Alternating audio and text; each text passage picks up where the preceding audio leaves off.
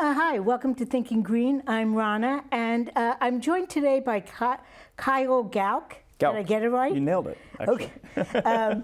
Who is challenging Joe Courtney for the Democratic nomination for Congress in the second Congressional district this year.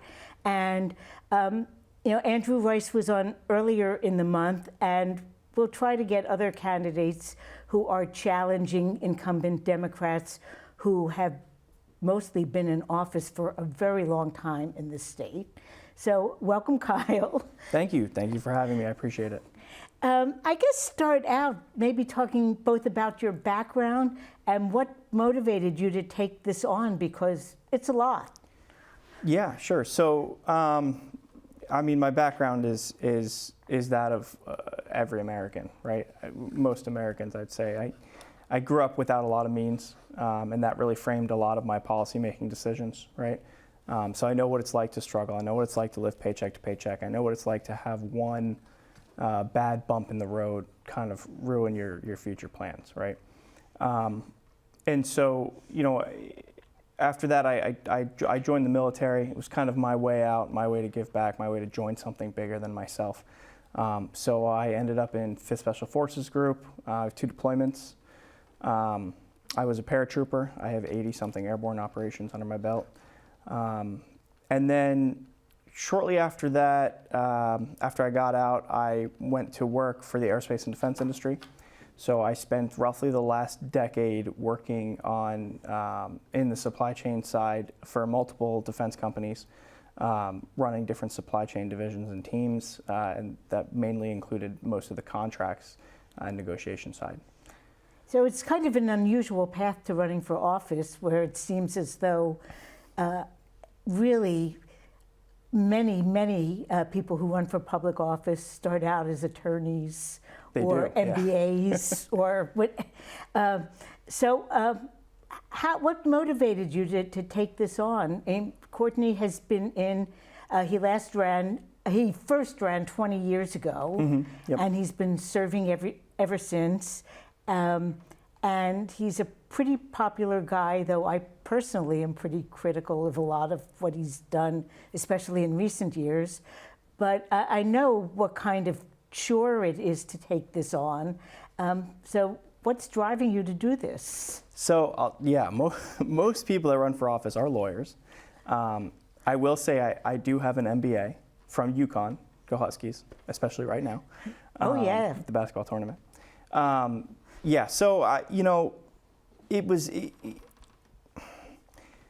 It was really, someone asked me this last night, actually. I was at a DTC meeting, and they said, where was the moment that you decided to run? And I'd never really thought about it before, and it took me a second to sit back and be like, okay, where is that actual moment in time? And I realized that it was at 4 a.m, the night of the 2024 election, when CNN finally called that Donald Trump had won the election. And I was so taken aback by that. I was so distraught. I can't even describe the emotions I had. I thought for sure that the Democrat Party had swept the floor with it. With all the momentum and the energy, I thought Kamala Harris took it home. And so when Donald Trump won, I was beside myself. And I'll say, as a veteran, when January 6th happened, and I watched that happen, it's one of those days that will live forever inside of my head, where I will remember exactly where I was and what I was doing, similar to 9/11 when January 6th happened. And watching this man try to thwart our democracy and take the power away from the people and take the voice away from all of the citizens of the United States on January 6th was really heart-wrenching and heartbreaking to me, especially as a veteran, especially having friends that are buried in Arlington, right? Having friends that are short body parts that the rest of us have, right? Because of their service to this country. And so it was that moment at 4 a.m. where I knew that I had to fight back. I had to stand up and do something. And it was that moment that I decided that I was going to fight and I was going to run. Now, when you decided that, did you know about all the hoops people have to run through in Connecticut? I mean, for me as a person in a third party, in a minor party, it's hard enough, but it's actually a lot harder within one of the major parties to challenge a popular incumbent. Yeah, it's extremely difficult. And I'll say it's not just, we'll talk about the rules here in Connecticut specifically and how difficult those are. But it's not just that. It is a system built to keep outsiders out. So before we jump into the whole Connecticut system here, I got a mailer for Joe Courtney the other day, a couple months ago, and it was paid for by the United States House of Reps, not by Joe Courtney. Now, I don't know, most people don't know this because they're not running for office, but getting quotes for mailers to send to the entire district is roughly about $150,000 to $170,000. That is a lot of coin. And Joe Courtney got to send them out to the entire district on behalf of the United States House of Reps, paid for by them. Right, for free. It's like a campaign flyer, really. Exactly. It's exactly what it is. It's just like a campaign flyer. It's during campaign season, right? And it's just something that incumbents get that the outsider doesn't get, right? And when we dial it into Connecticut specifically, we have two rules. We have the 15% of the delegates, right, to get into the convention, and then we have the signatures, which is 2% of the Democrat population. For me, because I'm a Democrat, right. 2% of the Democrat population within the district. And so these are by far the hardest rules in the union, in the country, right, to get onto the ballot. So much so that never once in the history of the United States of America, since the Mayflower landed at Plymouth Rock, has there been a primary for this seat or any other congressional seat against an incumbent in this state, ever. Well, I must admit I'm was a little surprised to hear that you were in the race because several times in past years, the summer before an election year for Congress, I've gone to an event, in New London, Sailfest or Pride Fest, and there has been a prospective candidate who's putting out feelers, who's tabling and talking to people. And come the following spring, when it starts getting real, what the real barriers are, they've disappeared. Yeah. So like I said, I grew up without a lot of means, and that frames a lot of who I am, right? I'm a fighter. I don't stop. I look at a path in front of me, and I decide what's right to do, and then I just go do that thing. And that served me well in my corporate career, it served me well in the military, it served me well growing up, and it's serving me well so far on the campaign trail. Okay, so let's talk about issues, and we will go into detail about the process that you have to go through and how people can help a little bit later. Luckily, we have, plenty of time. So I went to your website, and you had 6 points, related to domestic policy, and I thought we could just talk about each of them. And the first one, I guess not surprisingly, considering your background, was care for our veterans. Yes. So what does that look like to you? Many, many, many, many, many different things. Obviously, it's very close to my heart. Like I said, I have friends that are no longer with us. I have friends that have lost the mental health battle to the 22-a-day crisis. In fact, my best friend and best man at my wedding is no longer with us. And so things like that really, really tear at my heart.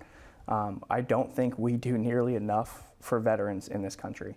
And I struggle often to talk to Republicans about this specifically because Republicans tend to vote against veterans in Congress, and yet publicly everybody thinks Republicans are the party of veterans. And so I'm trying to help turn that narrative. And so a lot of things we want to do are around veteran health care. So I'll give you a really good example. There's this fantastic gentleman in my town that stands outside of Dunkin' Donuts when the weather's nice and collects cash donations to get veterans rides to and from their VA appointments. That should make every one of us sick, that veterans can't afford rides to their VA appointments. Now, where is the closest VA? You lived in? I live in East Hampton. The Okay. closest VA is Newington. So it's about 40, 45 minutes. Yeah, it's not right around the corner. It's not right around the corner. And so one of the policies that we have written out is to implement an Uber-style section inside the VA app where a veteran can just call a driver, similar to Uber, that would be paid for and funded by the VA when it's time for their appointment. So the driver would show up at their house, again paid for by the VA, and then they would return them home after their appointment. We also have programs where we want to, and this helps our district specifically, but this does help the entire country, that's rural areas of the country, is we want to expand broadband out to rural areas so we can implement telehealth booths in town halls and in town libraries. So this way the point of service becomes much closer to the veteran. And eventually, as we talk about some other policies like universal health care, we can expand that out to other people as well. But it brings the point of service much closer, which then reduces the amount of time a veteran has to spend going to and from the hospital or the VA center, right, to get care.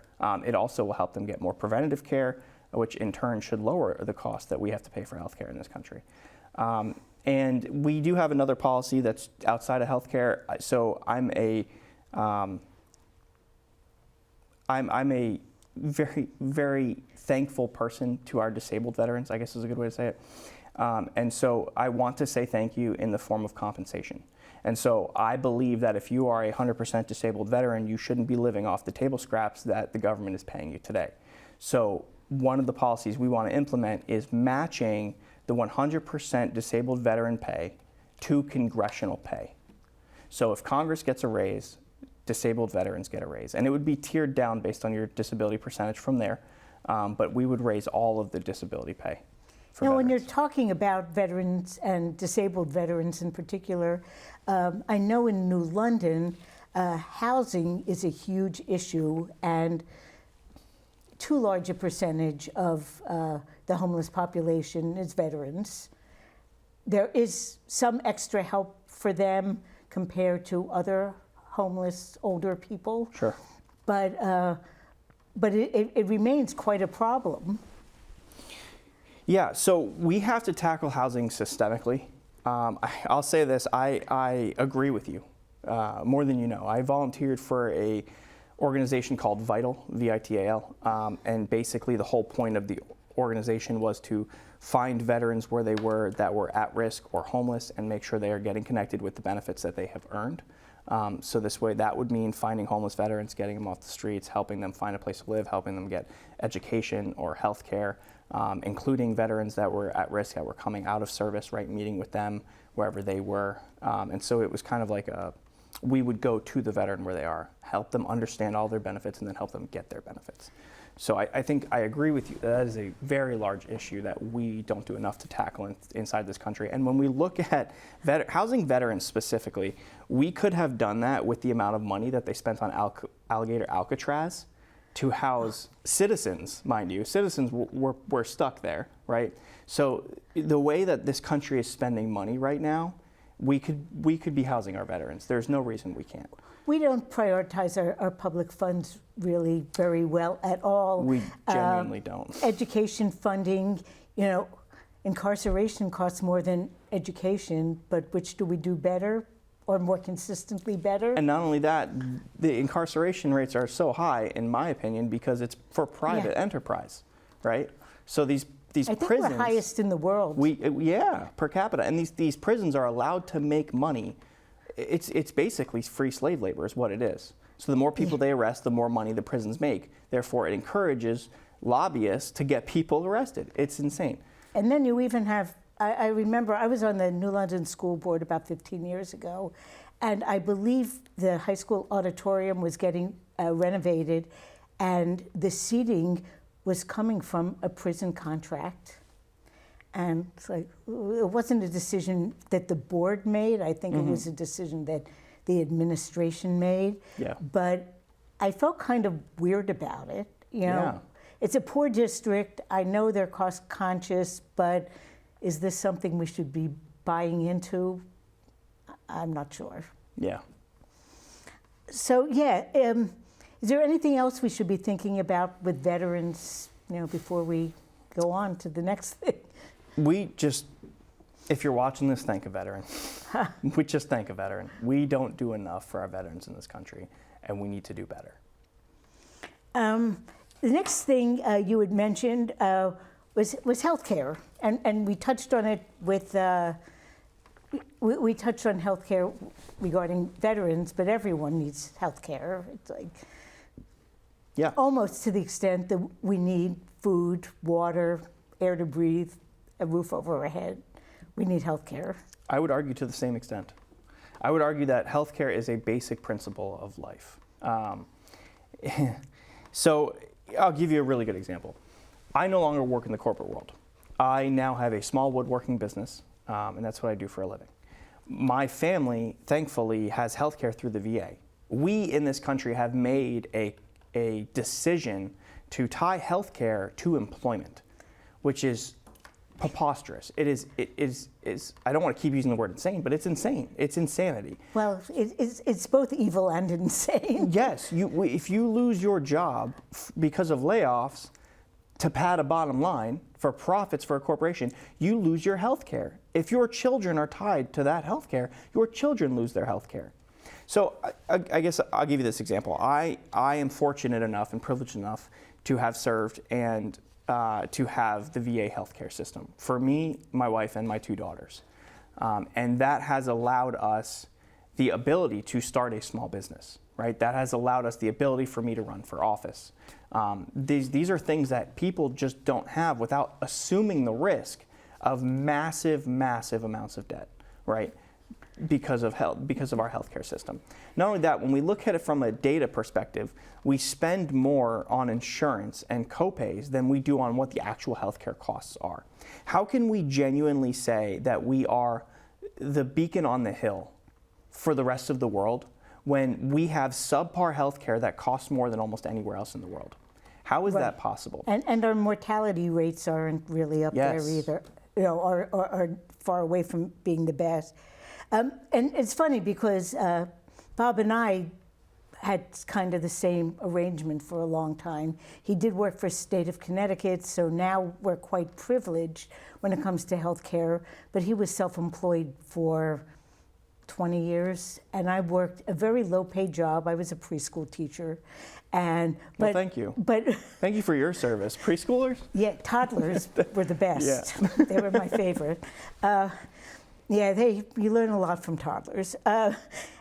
But we did the same thing. I had low-paid jobs, but I worked with nonprofit agencies that provided health care. Mm-hmm. And we were pretty impoverished while we were raising our two kids. But in the long run, we ended up kind of privileged for it.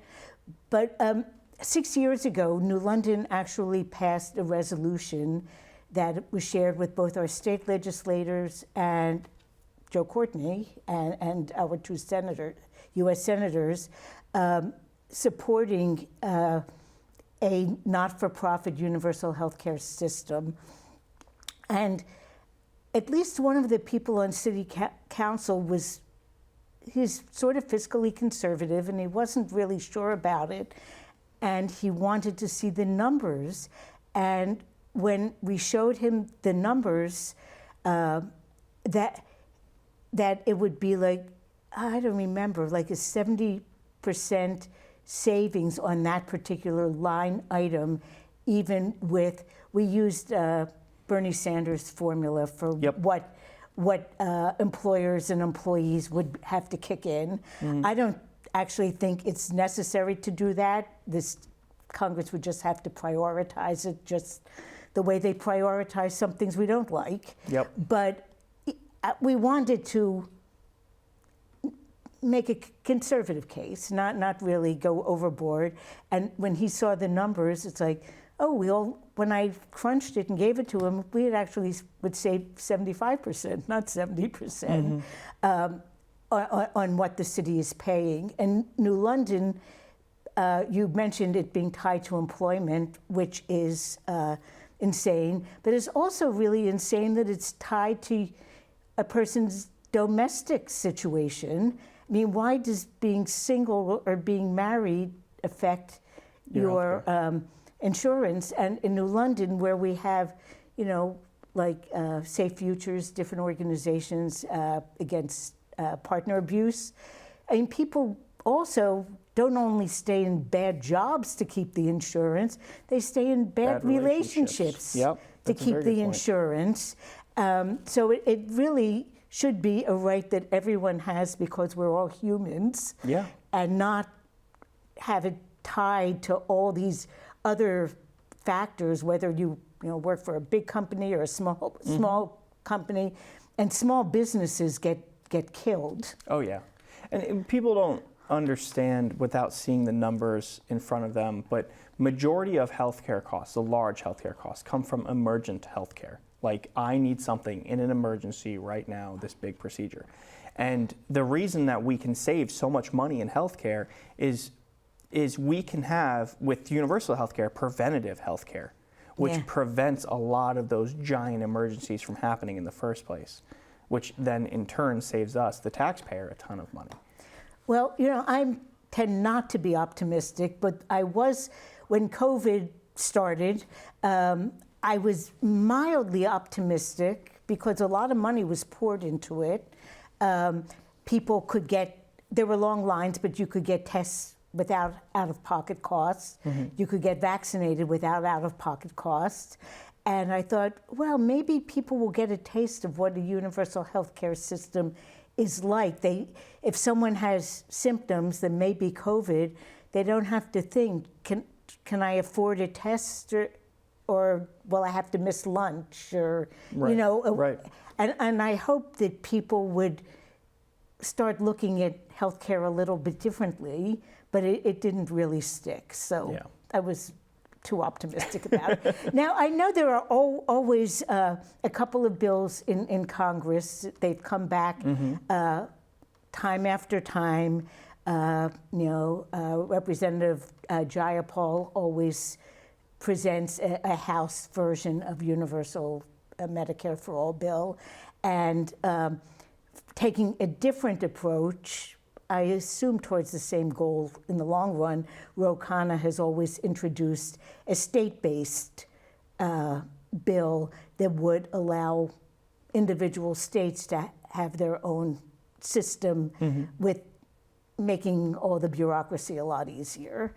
And I keep thinking that could be an important one for Connecticut. I don't know, I didn't know this for a long time, but Connecticut is one of only 2 or 3 states in the country that our Medicaid is a purely public program. Medicaid in most states has that private managed care layer, and when Dan Malloy became governor, and he wanted to make a splash because he was the first Democratic governor in like 15 years since O'Neill. And he was convinced by these healthcare advocates to take the managed care out of Connecticut's Medicaid. And Governor Lamont, a year or so ago, tried to consider bringing it back in, but we had over a decade of data that showed that Connecticut was saving money and better outcomes than prior to that. So really, we could incrementally expand our Medicaid. That's the plan. Yeah. That is the ultimate plan. Yeah, and I'll say this, if you're watching this at home and you're on the fence between me and Courtney, right? This is not a policy that Courtney supports. He claims that it's not possible and that it's a bumper sticker policy. Just something nice to run on and look at, but not something we can actually do. And I adamantly disagree with that. Well, Courtney used to disagree with that too. So I've been told. Yeah, so I was at the 2008 debates. We had a Green Party candidate, Scott Deschaphy, who was really a great candidate. And I went to those debates, and the subject of healthcare came up. And of course, this was still the end of the Bush administration. It was the same year Obama was running. Mm-hmm. And Joe Courtney made a big deal of saying that we needed a universal health care system and that he was not going to accept the congressional health care. He would stay on his wife's health care as a nurse, I believe, until everyone in the country had universal health care. So the Affordable Care Act came, and that really wasn't exactly what we needed. It was modeled after what Mitt Romney did It's a Band-Aid at best. Yeah. I think the expansion of Medicaid was very helpful, but I have friends who were pediatricians in Massachusetts when Romney was governor, and they kind of agreed that the one good thing that came out of Romney Care was the Medicaid expansion. Some of the other things were not really helpful that much. So, when Obamacare, the ACA came out, Courtney just thought, okay, we're there. I can have congressional health care again. Interesting. And so I've been to at least one and maybe two town halls with Courtney that people have brought it up. And he'll state that it's a great idea in theory, but we just can't implement it. To which I say, every developed country in the world has implemented it in some model. And there are quite a few different models.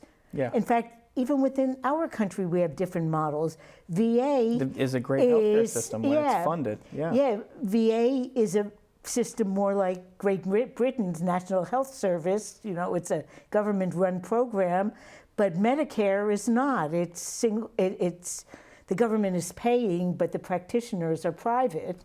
So there are so many different ways to do it, and we have a lot of public systems here. We have Medicaid, we have VA, we have the Indian Health Service, we have our prison systems have their own health care services. We have so many models to choose from that you'd think we'd be able to get it together, if not the whole country all at once, at least make it smooth and encourage the states to do it. Yeah, absolutely. And I'll say this again, how can we sit here and claim to be the beacon on the hill for the rest of the world to look at as an example when they can have better health care at a more affordable rate and or free, and we have subpar health care that costs a lot more? It just doesn't make sense. We can't claim that, right? Yeah. Thank you for sharing that, by the way. I would like to hear Courtney's response to that exact comment. Yeah, and I'll see if I have a recording somewhere of that, because it was a long time ago. He might not even remember he said it. But it made an impression to me afterwards when he kind of changed his tune. Okay, so back to the issues you have on your website. You have promote equity and protect rights, and that's pretty broad. Yeah. But what does that look like? It looks like making sure that everybody feels safe to be exactly who they are, where they are, when they are, without any fear of repercussion. So, and I'll give you a really good example. So I have a neighbor who is very MAGA, and before the 2024 election, we were driving back from, I can't remember, but I think we were golfing, and we were driving back, and we're having this conversation about how he's worried that somebody in his daughter's school is going to teach her that she could become a boy or tell her she needs to become a boy. And my argument is that's not happening, right? This is something that's been blown out of proportion. It's not happening. But I told him, the whole argument came down to what is right and what is wrong. And I told him, I said, one day, because we both have daughters, and I said, one day, both of our daughters are going to be walking down Main Street in East Hampton where we live. and they're going to see a person on the other side of the road that was born male, has transitioned, is wearing a dress. And my daughter is going to see her across the street and just look the other way and keep walking, as if nothing at all has happened, because it's completely normal. Meanwhile, your daughter, because of the rhetoric you're raising her with, is at best going to have negative thoughts, and at worst going to do something to ruin this other person's day, right? And so that's the difference. That's why we need people to feel comfortable to be exactly who they are, where they are, when they are, without any fear or repercussion of it. And that is exactly what that policy is for, and we will always fight for equitable rights. Okay, I'm trying to think if there's anything else to cover with that, but that was a good, strong statement. And interestingly, one year the Greens did run a trans candidate for 2nd Congressional District. She did pretty well. That's at awesome. About 3% of the vote, something That's like awesome. that. Then the other next two are about tax reforms and government spending, and I'll be the first to say that our priorities for public spending have not always been great. Yeah, we just spent $40 billion on Argentina, right, to bail them out. We spend money. Well, we talked about this earlier, right? The way we spend money is egregious in this country, and I'd like to tie it back to the campaign, right? So in this campaign specifically, we are grassroots funded, and that is intentional. We will not accept a dime from a corporation.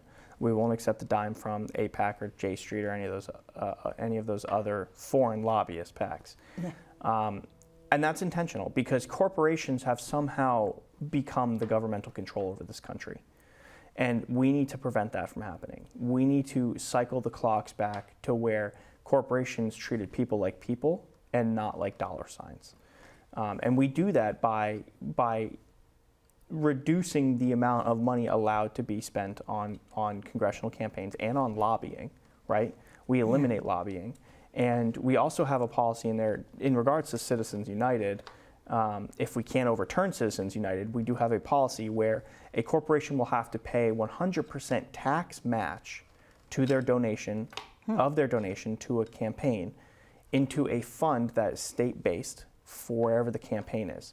And that fund would then go to any grassroots candidate who elects not to take corporate funds. Oh, interesting. Yes. So in theory, if Joe Courtney raises, and we were able to pass this, if Joe Courtney were to raise $500,000 off corporate funds, right, the state would then have a pot of money with exactly 100% taxed matched $500,000 to give to me, the grassroots candidate, so I can equally compete with Joe Courtney, and corporations can no longer buy our elections.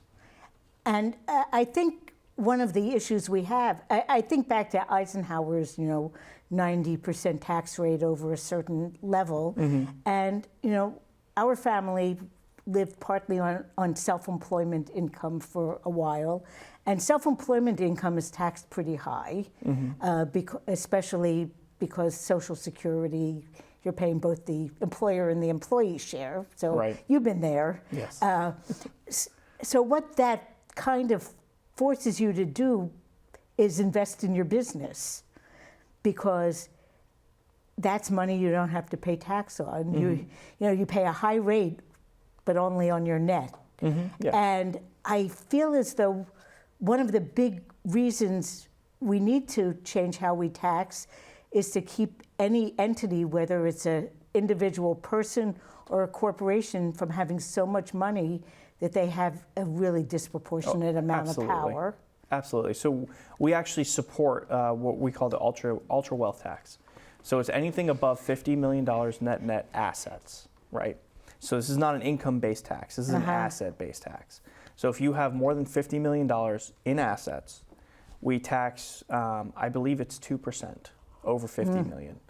And so you'd pay 2% over 50 million, and that would net around, I think it was $4 trillion over 10 years. It's very similar to, in fact, actually, ironically, we came up with this months and months and months ago, but ironically, Ro Khanna and Bernie Sanders just introduced a bill extremely similar to this, which would have a very similar effect. And so this way, that $4 trillion is money we can use to pay for education, to pay for housing, to pay for healthcare, right? And we're not even taxing the middle class. In fact, we're not even taxing the wealthy. We're taxing the ultra wealthy, right? Who really wouldn't notice it, except that they would notice perhaps if they couldn't buy everything they wanted in terms of influence. You know, the problem is, I think that I would like to shake a billionaire. Just wake up, you know? Because I thought you meant hold them out. shake them down, let the coins drop. No, I would like to shake a billionaire and just say wake up, because they would notice. And do you know how they'd notice? Let's take Jeff Bezos, for example. Jeff Bezos would notice when every one of his employees showed up on time and healthy. That's how he would notice. He would be more productive and make more money, right, off his business if his employees had universal health care. Not to mention if they had free education through a bachelor's degree, they would be more intelligent, helping him boost his business, right? And so it just doesn't, I would like to shake a billionaire and say, listen, you're doing it wrong. You're just doing it wrong. But back to the original point, we do support an ultra wealthy tax. Yeah. And the one other thing that you have on your site is term limits, which seems pretty relevant in terms of Courtney and DeLauro and Larson all being challenged this year. Yes. So can you talk a little about term limits? Yeah, we believe heavily in term limits. So for us, there's two policies that are tied together that we will support, unabated forever: term limits and banning congressional stock trading. So we'll start with term limits. Term limits are extremely important. We need a consistent churn of ideas and life experiences to be legislating this country. And I'll give you really good examples. We have this monster known as social media that is destroying young people's lives. It's rotting out the brains of young people. The suicide rates are up. The depression rates are up, all due to social media. And what has Congress done to limit social media's power or to rein them in and say you need to stop with these addictive tools that you're using to addict people to your platforms? Congress has done nothing except for drag the CEOs in, give them a verbal slap on the wrist, yell at them on public on C-SPAN, and then send them home, right? They've done nothing. And so now we have this giant new monster rearing its ugly head called AI. And we can't even get congressional members to legislate and regulate social media, which is 20 years old.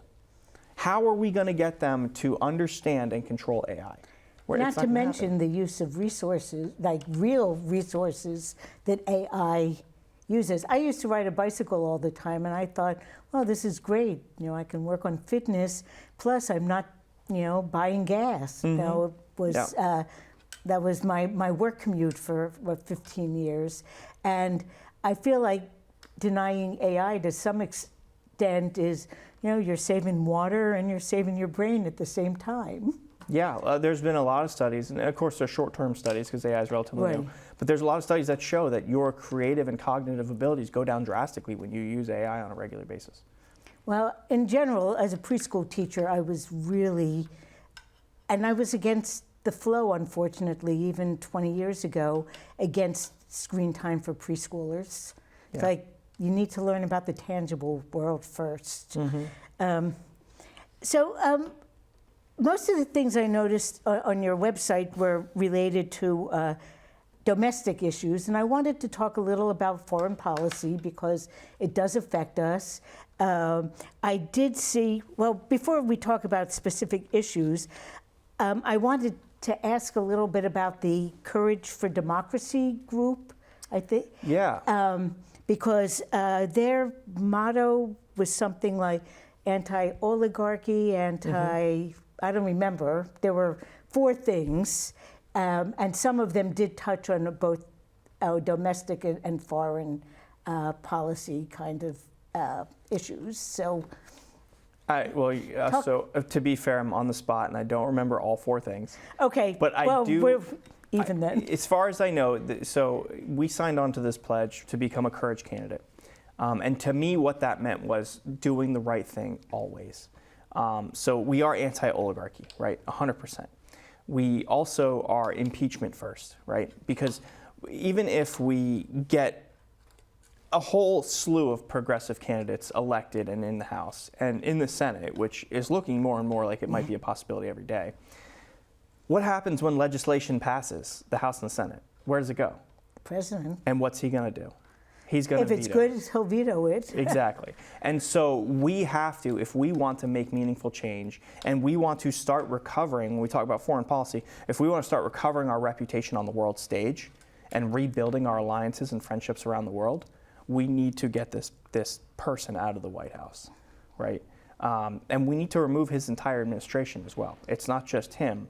This is an infestation that is growing, right? And it's from the head down. So we have to impeach, convict, and remove Donald Trump and his entire administration. And that is what the courage candidates are all about. I noticed that it was it sort of seemed to have two sides of it, the courage candidates and the impeachment side of it.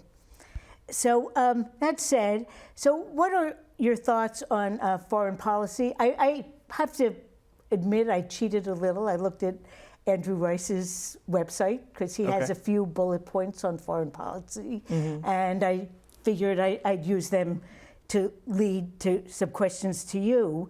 And one of his points is to end U.S. imperial wars and end funding of genocide. So it's kind of a personal topic for me anyway. Yeah. But I did see that he had it on his site, so I figure. So those two things should just be inherently obvious to everybody, in my opinion. Of course, we should not fund any genocides, and I will say what happened in Gaza is a genocide, and what currently looks like is about to happen in Lebanon will be a genocide. And if Donald Trump does decide to take out the desalinization plants and destroy the water system in Iran, that will be another genocide. And I will not be for supporting any of those things. And so, of course, I think that our imperialistic wars are also a problem, right? We should not be going after other countries for their natural resources. That is imperialism, right? If you want to be out there to serve and protect, let's be out there to serve and protect. But protect is a defensive measure, not an offensive measure. And far too often I see us on the offense with other countries, and that is deeply disturbing. And it's for resources. Donald Trump made it very clear that we are taking Venezuela's oil. He's also made it very clear he wants to take Khark Island because he wants to control the flow of oil on the other side of the globe. And so these things that he is doing are for resources, and he's not alone. Bush did the same thing. And so I'm all for protection. I'm all for defense. 100% when you are the strongest country in the world, militarily speaking, you're going to have enemies. People are going to want to topple you. You're always going to have North Korea, you're always going to have China, you're always going to have Russia, and you always need defense, right? But to just start wars, endless wars, that needs to end. That needs to end today. Well, you mentioned southern Lebanon, and full disclosure, I'd mentioned that it was a personal thing for me. I did live for 2.5 years in northern Israel, so close to Lebanon, you could see it. Really? Okay. We were half a kilometer from the border. And so whenever I see things happen in Lebanon, and this isn't the first time the Israelis have gone and wreaked havoc in Lebanon. They did the Shatila massacres back in the 1980s. It's a long time, and it's just devastating for everyone there.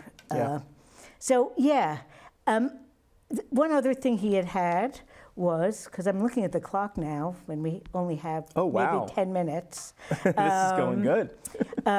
Free trade versus fair trade is one of the issues he brought up. Okay. And I guess, and the other thing, I guess, with foreign policy, I kind of want to circle it back to what's happening domestically in terms of free speech rights. And I'll do a little plug. We have an event, we personally, there will be an event in New London and on several college campuses in Connecticut next week. Dr. Tom Alter, who was a tenured professor at Texas State University, who was fired. He's his specialty is labor history, and he said some things that were not considered, I don't know, the right line to be spouting, and he lost his job.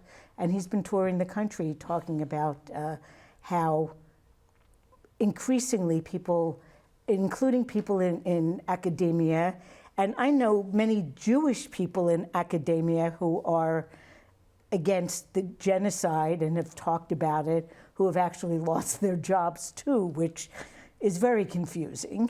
Yeah. So anyway, that is some of what's going on. So I'll say this: our free speech is under attack, and we as Americans need to understand that that is real, that is not hyperbole, and that it is a serious issue. We have civilians, we have veterans being arrested right now in other parts of the country like Texas, and being charged with terrorism charges because they're showing up to protests against Donald Trump and against ICE. And this, again, is not hypothetical. There are actual civilians, there are actual veterans, there are actual United States citizens being arrested right now and being charged with terrorism under the executive order that Donald Trump set forth I think it was the beginning of the year, that claimed Antifa is now a terrorist organization. Mind you, Antifa is not an organization at all. Right. But as long as they can make a tie saying this person is tied to Antifa, which they are attempting to do, they are able to arrest and charge American citizens with terrorism for showing up to protests. And for being against fascism. And being against fascism. Okay, well, I think what we need to pivot to is going back to what you have to do to get onto the ballot. Okay. And we do have this slide that shows the two ways, either by getting 15% of the delegates or a whole lot of signatures. So do you want to talk about it? In a very short window of time. Yep. And not only that, it's so restrictive that if, for example, I would ask you to go collect signatures for me on my behalf, because they have to be inked. Yeah, but I actually can't because you're not a registered Democrat. Right. So even if it was a young person at a college that wanted to volunteer for the campaign and was registered as unaffiliated or independent, they cannot collect signatures, which is, again, I'm going to go back to insane. The ballot process in this state is insane. So our main objective, and if you're watching this tonight or tomorrow or whenever you're watching we'll have it on YouTube so people can watch it later too. Yeah, if you're watching this and the convention hasn't passed yet, the best thing you can do to support the campaign is contact your local Democrat Town Committee, your local DTC. So our objective has and always will be until the convention is to collect the 15% needed to get on the ballot, the 15% of delegates. Now again, like I said in the beginning of this, that has never been done in United States history, never. But that is our goal. That is our objective. We are working towards that objective every single day without fail. We're at DTCs, we're meeting with delegates, we're meeting with chairs, and we're working towards that goal every day. So if you want to help and you're at home, the best way you can help is to call up or email your local DTC and tell them, hey, I heard about this guy, Kyle. I want him to come talk. Let's consider nominating him. And you have a website too. We do have a slide that has various contact information for you if people want to know more, if they want to invite you to talk to their group, if they want to figure out what they can do. You have a few different presences. You're on Facebook too, but there wasn't a memorable link. It was a whole bunch. Interesting. Well, so we are on Facebook. We're about 6,000 strong on Facebook, I think. Yeah, I think if you search under your name, you can find it. So here's a fun fact. You can search my name anywhere you want, and I am the only one in the entire world. I'm the only Kyle Gauck in the entire world. And I do fact check that every couple of years to make sure it still stands. I've suspected I'm the only Ronna Stuller in the entire world. You may be. You should check it out. I may be, but I've never really It's checked fun much. to tell people. So yeah, so you can Google me. You can search my name on any platform you want, and there are some fake. I will say, my TikTok at one point had about 200,000 followers, and we had a lot of fake accounts pop up reposting my videos, trying to monetize their account and make money off of us. So more than likely, though, I will say it is my account. It is me. You can just search me up anywhere you want. Okay, so I guess the last question is, could you tell us just briefly what differentiates you from Courtney? Okay, sure. So a lot of things differentiate me from Courtney for the fact that I want to stand up for basic human rights like universal health care, right?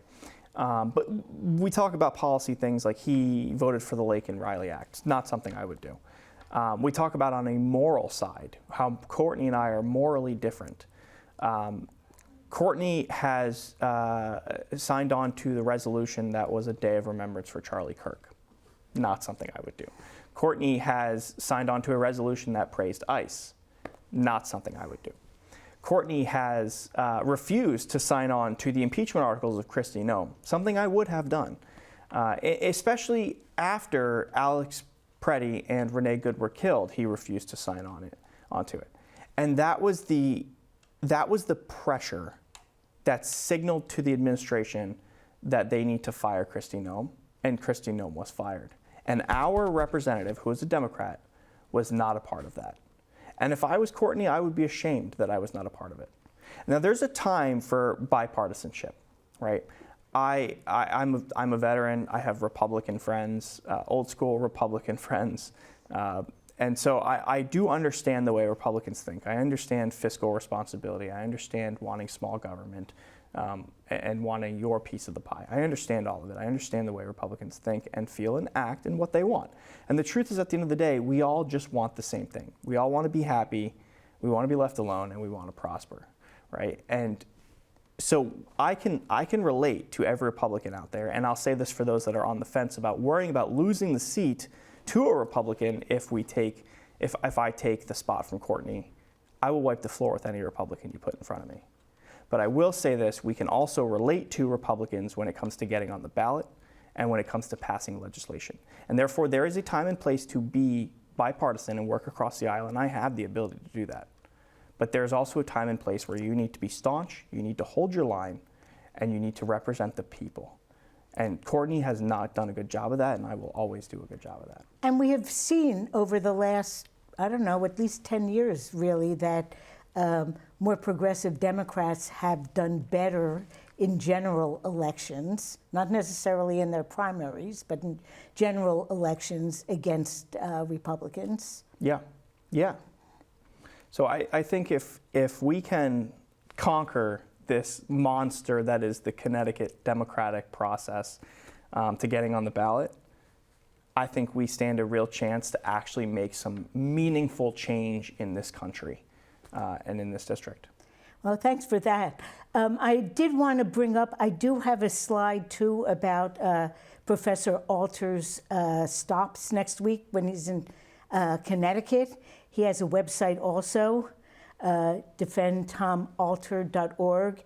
Don't bother to try to read all the small print. I took it off of a paper flyer.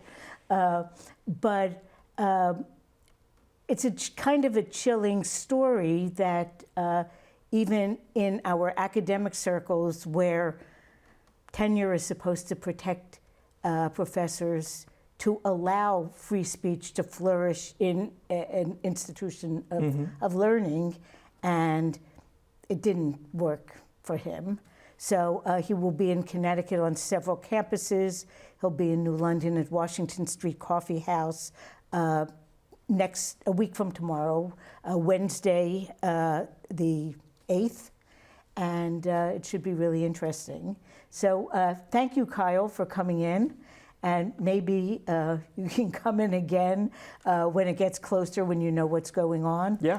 But, more power to you for taking on this struggle. And we'll follow along as it goes. Thank you. I appreciate it. And honestly, thank you for having me and allowing me to talk to the audience. Thank you. Yeah, we try to have as many views as we can.